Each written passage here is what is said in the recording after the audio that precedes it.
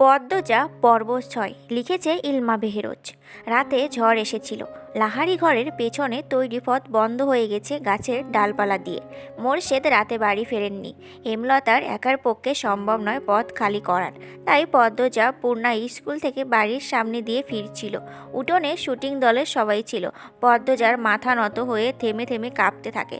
পথ শেষই হচ্ছে না। মাথার ঘুমটা রানা অনেকের নজরে পদ্মজা চলে আসলো। মিলন নামে একজন পূর্ণাকে ডাকলো, এই পূর্ণা। পূর্ণা দাঁড়ালো, সাথে পদ্মজা। পদ্মজা শুটিং দলটার দিকে তাকাচ্ছে না। মিলন পদ্মজার দিকে চোখ স্থির রেখে পূর্ণাকে প্রশ্ন করলো, পাশের মেয়েটাকে প্রথম দেখছি। আমার বড় আপা। আপন? মিলন ভারী আশ্চর্য হয়ে বলল, 10 দিন হলো এখানে আসার, কখনো পূর্ণা প্রেমা ছাড়া কখনো মেয়েকে চোখে পড়ল না, কণ্ঠও শোনা যায়নি। তাই বড় বোন বলাতে সে খুব অবাক হলো। পূর্ণা হেসে বলল, হুম, আপন। মিলন বিড়বিড় করে বলল, চেহারা তো মিল নেই, সবাই বলে। আচ্ছা যাও। দুবোন লাহারি ঘরে চলে আসলো। পদ্মজা হাফ ছেড়ে বাঁচল। ভেতরটা এত কাঁপছিল, অনেক মানুষের পা দেখেছে। চোখ তুলে মানুষগুলোর মুখ দেখার সাহস হয়নি, তবে ইচ্ছে হয়েছিল চোখ তুলে তাকাতে। বিকেলে হাজেরা আসলো, সবুর মিয়ার স্ত্রী। সবুর দিনরাত গাঁজা খেয়ে পড়ে থাকে, বউ বাচ্চাদের খোঁজ রাখে না। হাজেরা এর বাড়ি ওর বাড়ি এটা ওটা চেয়ে নেয়, এরপর 2 বাচ্চা নিয়ে খায়। পদ্মজার খুব মায়া হয় হাজেরার প্রতি। হাজেরা আসতেই হেমলতা পদ্মজার উদ্দেশ্যে প্রশ্ন ছুড়ল, লাউ গাছে কয়টা লাউ দেখেছিস? 9টা আম্মা। পূর্ণা কই? ওরে বল 2টা লাউ হাজেরাকে দিয়ে দিতে, কাঁচামরিচও দিয়ে দিতে বলবি। পদ্মজার মুখে কালো আধার নেমে আসে। হেমলতা পদ্মজার মুখ দেখে বুঝতে পারেন পূর্ণা বাড়িতে নেই, টিভি দেখতে গেছে, তাই না? পদ্মজাকে দ্বিধাগ্রস্ত হতে দেখা গেল। বিব্রত হয়ে বলল, আম্মা আমাকে বলে গেছে তুই ওর অভিভাবক, একটু শরীরটা খারাপ লাগছে বলে শুয়েছি, অমনি সুযোগ লুটে নিচ্ছে। আম্মা আমার দোষ, পূর্ণারে কিছু বলো না। পদ্মজার ভেজা কণ্ঠ হেমলতার রাগ উড়িয়ে দিল। তিনি অন্য দিক মুখ করে শুয়ে বললেন, হাজেরা নিয়ে যা, ঘুমটা টেনে যাবি, বেগুন বেশি হলে কয়টা দিয়ে দিস। পদ্মজার মন ভরে গেল। তার মা এত বেশি উদার, কখনো কাউকে ফিরিয়ে দেন না। সামর্থ্যের মধ্যে আরও বেশ কিছুই দেওয়ার মতো থাকলে তিনি কার্পণ্য করেন না। তবে হাজেরা স্বভাব অভাবে নষ্ট হয়েছে, চুরি করার প্রবণতা আছে, তাই পদ্মজাকে যেতে বললেন। উঠোনের এক কোণে এবং লাহারি ঘরের ডান পাশে লাউয়ের মাচা। 9টা লাউ ঝুলে রয়েছে, তরতাজা টাটকা সবুজ পাতা নজর কাড়ে। পদ্মজা বাড়ির দিকে তাকালো না। একটা লাউ হাজিরার হাতে দিয়ে বলল, কি দিয়ে রাঁধবা? জানি না গো পদ্ম, দিয়া দেহি মাছ মিলিয়ে যায়নি। তোমার ছেলেটা ঠান্ডা কমেছে? পদ্মজা কাঁচা মরিচ ছিঁড়ে হাজেরার আঁচল ভরে দিল। হাজেরা গুনগুন করে কাঁদছে আর বলছে, ছেঁড়াটা সারাদিন মাটির পইরা থায় একলা একলা, রাত হইলে জ্বরে কাঁপে, দম ফেলাইতে পারে না। ডাক্তার দেখাচ্ছ না কেন? টেহা লাগবো না, কই পামো? তুমি মাতবর বাড়িতে যাও, শুনেছি ওনারা খুব দান খয়রাত করেন। হাজেরা বাধ্যর মতো মাথা নাড়ালো। বেগুন গাছ বাড়ির পিছনে। পদ্মজা বাড়ির পিছনে সাবধানে আসলো। মনে মনে ভাবছে হাজেরা ছেলে সুস্থই আছে, সকালে সে দেখেছে। হাজেরা মিথ্যা বলছে, মানুষের খুব অভাব পড়লে বুঝি এমনই হয়। এত সবজি আছে, টমেটো নিয়ে পাওয়া যাবে? পরিষ্কার সহজ গলায় বলা পুরুষালী কণ্ঠটি পদ্মজাকে মৃদু কাঁপিয়ে তুলল। ঘুরে তাকালো। লিখনকে দেখে বিব্রত বোধ করলো। কারোর সামনে নিজের অস্বস্তি প্রকাশ করা উচিত না, কথাটি হেমলতা বলেছেন। পদ্মজা হাসার চেষ্টা করলো।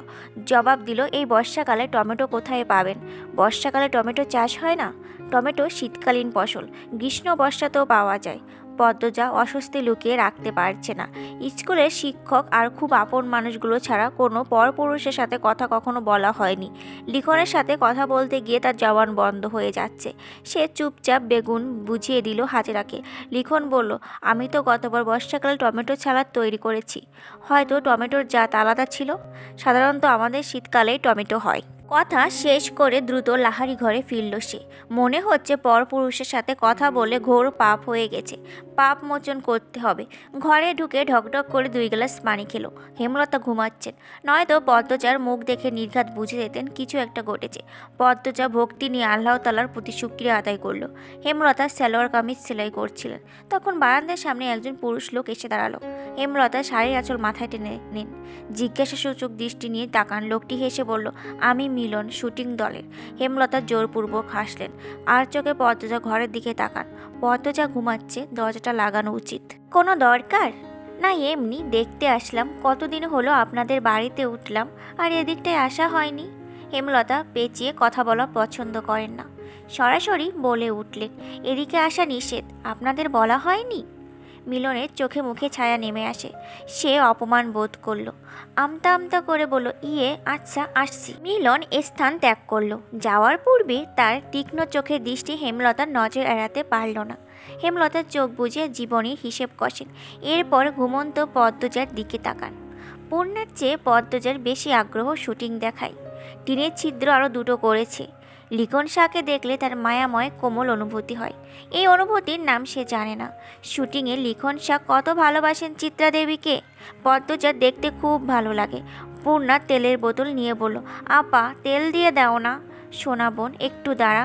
পদ্মজা ছিদ্র দিয়ে লিখন শাহর হাসি কথা বলার ভঙ্গি দেখছে। লজ্জাও পাচ্ছে খুব।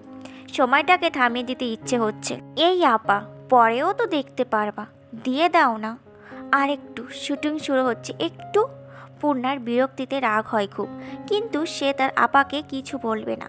তার সব ইচ্ছের সঙ্গী, সব গোপন কথার সাক্ষী তার আপা। সে তার আপাকে খুব ভালোবাসে। মাঝে মাঝে মনে হয় মায়ের চেয়েও বেশি বোধহয় সে তার আপাকেই ভালোবাসে, বা হয়তো না। পদ্মজা মিটি মিটি হাসছে। পূর্ণা তেল রেখে ছিদ্র দিয়ে উকি দিল। না, তার এখন ভালো লাগছে না এসব দেখতে। চোখ সরিয়ে নিল। কী রে পদ্ম, কি দেখছিস? হেমলতার কণ্ঠ শুনে পদ্মজা চমকে উঠল, আরক্ত হয়ে উঠল। ডাকাতি করতে গিয়ে বাড়ির মালিকের কাছে ধরা পড়লে যেমন অনুভূতি হয়, তেমন অনুভূতি হচ্ছে পদ্মজার। বড় ভয়ঙ্কর অনুভূতি। হেমলতার দৃষ্টি টিনের ছিদ্রে গেল। সাথে সাথে পদ্মজা অনুভব করলো তার পায়ের নিচে মাটি কাঁপছে।